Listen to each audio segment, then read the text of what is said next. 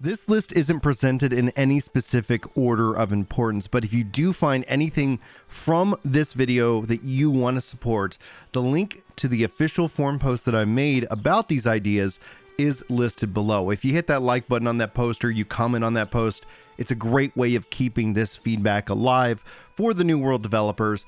And that's all I really wanted to say on that. Guys, thanks so much for being here. Hello, if you're new, my name's Brian. But this is a channel that I focus in on mmorpgs. I've got almost 200 hours into New World, and I absolutely love what this game is doing. And as any player, you know, we could always sit here and say, yes, the game could be doing more. And so this is my focus feedback, my bearded dad feedback. And this isn't to be all encompassing of every issue that is within the game itself, but this is essentially kind of the core aspect of what I think would help make New World a better game for a wider range of play. Now, that all being said, you can always let me know what your thoughts are in the comments, but more than anything else, I would like to point you to the official forums, as that's a great way to get feedback in front of the developers. All right, let's begin with the first thing I think actually is pretty important to me: level 60 XP post progression. This does not mean that you will get to level 61, but this means, and this takes anything that's a part of your level of this XP bar that is no longer existent at level 60 and gives it value. For example, if we just take a look at the town board over here, pulling up various projects, you'll see these different projects still reward experience. Quests still reward experience. Crafting and gathering still has experience that could be gained from it, but it goes absolutely nowhere. Now, if we actually pull up essentially our character progression and go into our trade skills, they have added in post-progression trade skilling, which is a great system that as you go and you hit 200 on your various crafting and gathering skills, you can still continue to level them and get various rewards for them.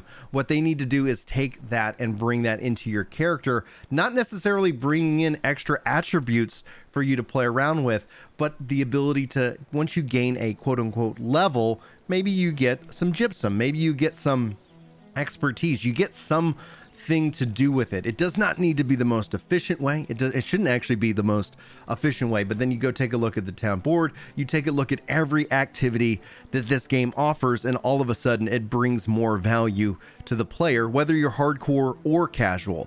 I'm a seasonal gamer. Occasionally I play games very casually. Occasionally I play varying games very hardcore. At the end of the day, it doesn't necessarily matter. Experience is a really good metric of feeding players a little bit of something so that no matter what they're doing, they're making a little bit of progress. And this also then applies kind of my second item, same thing within the weapon mastery. Think of expertise, especially within a specific weapon, being tied to continuing to use that weapon. Now, I've only got a couple of weapons. Right now, I'm about to max out Hatchet.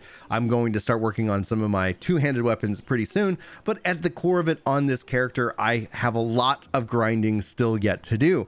This is something that I enjoy. In fact, actually, that's one of the reasons why I don't really use Sword and Shield at the moment, because there's nothing really like to chase after at this point. And so I'm working on trying to level up and get every weapon to 20. After that, you know, obviously outside my preferred weapon or my preferred build, it would be really cool to see some kind of expertise system, some kind of gypsum tied into that's just like with the experience. Just don't let it stop. It just doesn't have to reward skill points. When you go into a weapon, you're not going to get 21 and then have another point to kind of affect your build. That's not what I'm advocating for. I'm just advocating for an additional loop that allows essentially continued progression as a part of the 1 to 60. Once you hit 60 and once you hit 20 on the weapons, yeah, you're kind of as a player going like, well, what do I do next? And so those are kind of my first two major items. Now, I want to take a little bit of time and actually talk about like the Mutator System for just a minute. This is another item on my list.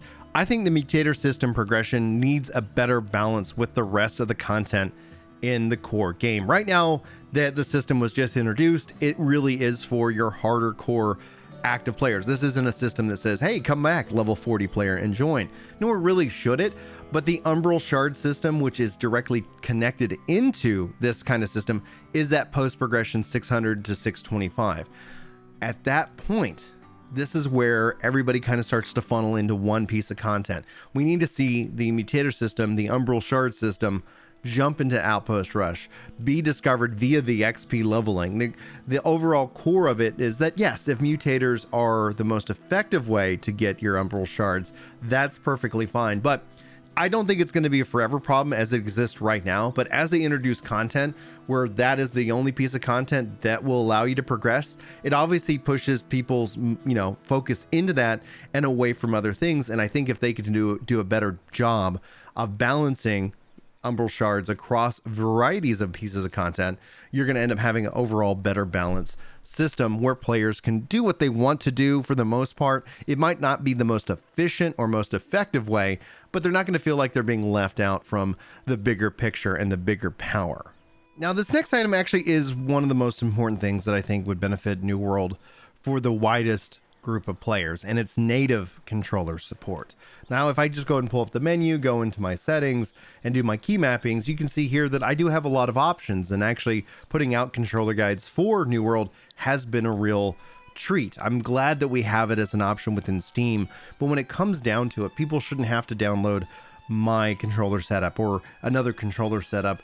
There should be some way that they could go in and manage all of that within the game itself. I think what Steam shows us is the pure power and potential that native controller support would offer New World. I think it very well fits a natural aspect, but I can tell you hands down, when navigating between my inventory, when pulling up my map, when doing certain things, if the game was context sensitive to where I was all the time, it would help out so much. There's ways to kind of mitigate that issue, but at its core, I think it's really important for the widest range of players, and it doesn't necessarily take away from keyboard and mouse players or put anybody ahead of anybody else. I know there's generally fear when I talk about controllers and how things and systems get dumbed down, but as a native controller player, as somebody who plays this game and has played the majority of 99.9% of this game on controller, New World's a great fit.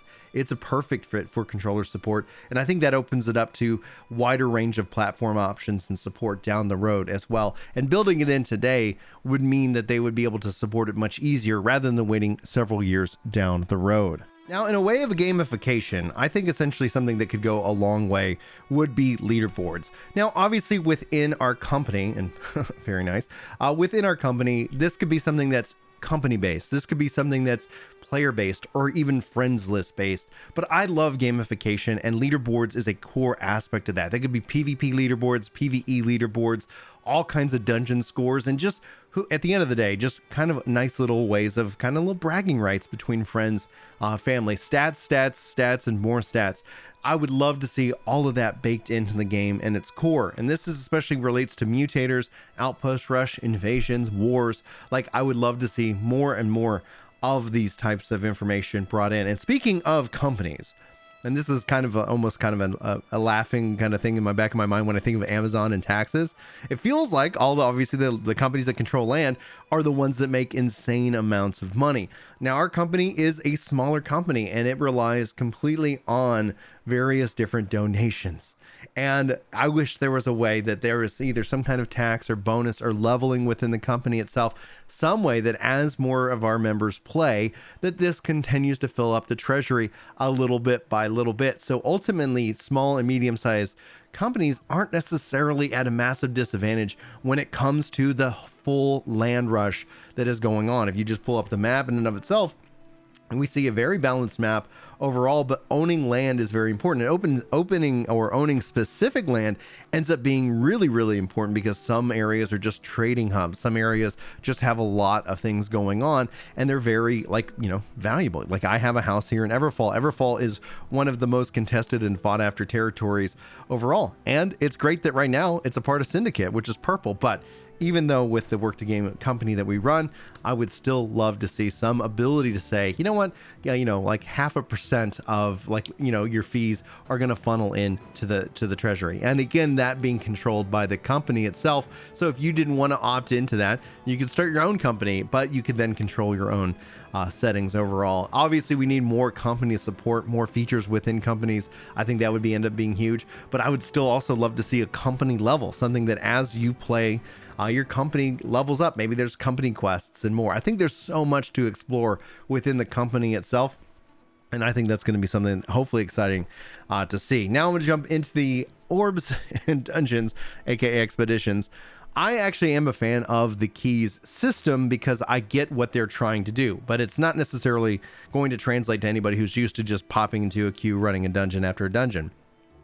I got no issue if they made keys tradable. In fact, actually, that's something I've advocated for. You can get keys through different means now, but there's still cooldowns. You can actually get the materials you needed to craft the keys on the market, but you can't trade the keys specifically. And honestly, I see that as a market within players who maybe don't care to run dungeons, but they just want to farm up and make keys and put them out on the market to sell. I think that would be a really good economy and a really good offset to being limited on dungeons. I get why they do it, because they don't want just everybody to be in dungeons. They want to incentivize other systems, but that also comes back into point one, where you open up progression in different ways throughout all of the content offering rather than just the mutating expeditions at its core. Still, that being said, I like the key system. I think it offers at least some level of a gate, but I would be personally happy to sell my keys or craft keys and use them for myself, or just if we decided to do a dungeon night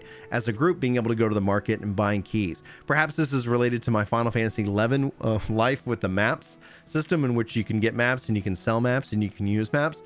And so I don't find any kind of issue with certain things being gated, and the way that they've got the dungeon set up, I think that could be something very good. Otherwise, at the end of the day, content is king. And so they need to either be bringing in new dungeons and actually taking the older dungeons and bringing them into the mutator system and rotating them around, or I don't know. We'll have to see how the rest of this year plays out. But I think the dungeons are some of the best and most beautiful and fun experiences I've had in the game. I hope that we can see some of that also brought out more into other aspects of the game as itself. And finally, let's talk about it. I'm going to go over to my storage shed, because one of the things you'll see here is I'm rocking my healer build.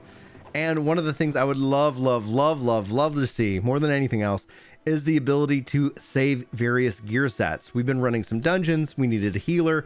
I like healing, and honestly works great on controller. Just saying, I've been tanking, healing, DPSing.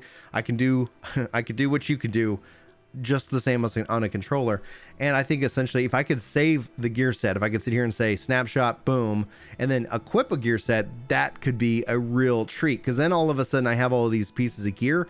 At the end of the day, like when I'm kind of swapping things in and out, I have to go kind of item by item, be like, okay, which one was I using? Which one did it have the stats that I wanted?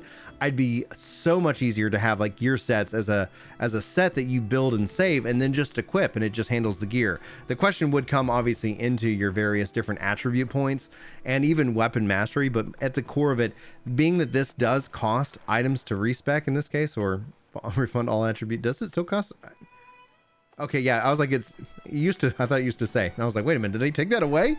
All right, being that it still does cost, I wouldn't necessarily save the various stat builds, or at least having a ability to save stat builds as well and attach them to gear sets. That ends up getting more complex, especially from a coding and engineering perspective. I think the easiest course would essentially being able to kind of bundle gear sets into almost like you have a treasure chest right now, where you open it up and get items. You bundle it, it's one item, quote unquote. It's got its own weight, quote unquote. And then you could just say equip, and it's like, and then the same thing kind of applies where you could have a couple. And then that way you could at least manage your gear a lot easier. Anyway, guys, that's my focused bearded dad feedback. Hopefully you found this video interesting, useful. If nothing else, if you agree with anything that I listed here, I would love some support over in the official forums. Getting this in front of the developers would be a huge boost to getting that feedback spread, you know, obviously in the right and proper ways. I think feedback is really important. The devs seem to be responding incredibly well, and I'm very much excited about the future of New World. Thanks, guys, for your time. Hopefully you enjoyed. Hopefully you have a fantastic day. Hopefully I'll see you in my next one. Hopefully. Let's just throw one more in there for why not. Anyway, guys, take care. I'll see you next time. Yeah. It's time to chill out on the couch and read some comments. That's right. You know me when it comes to Destiny. I'm off with a clan, and I'm glad you're feeling better. Oh yeah.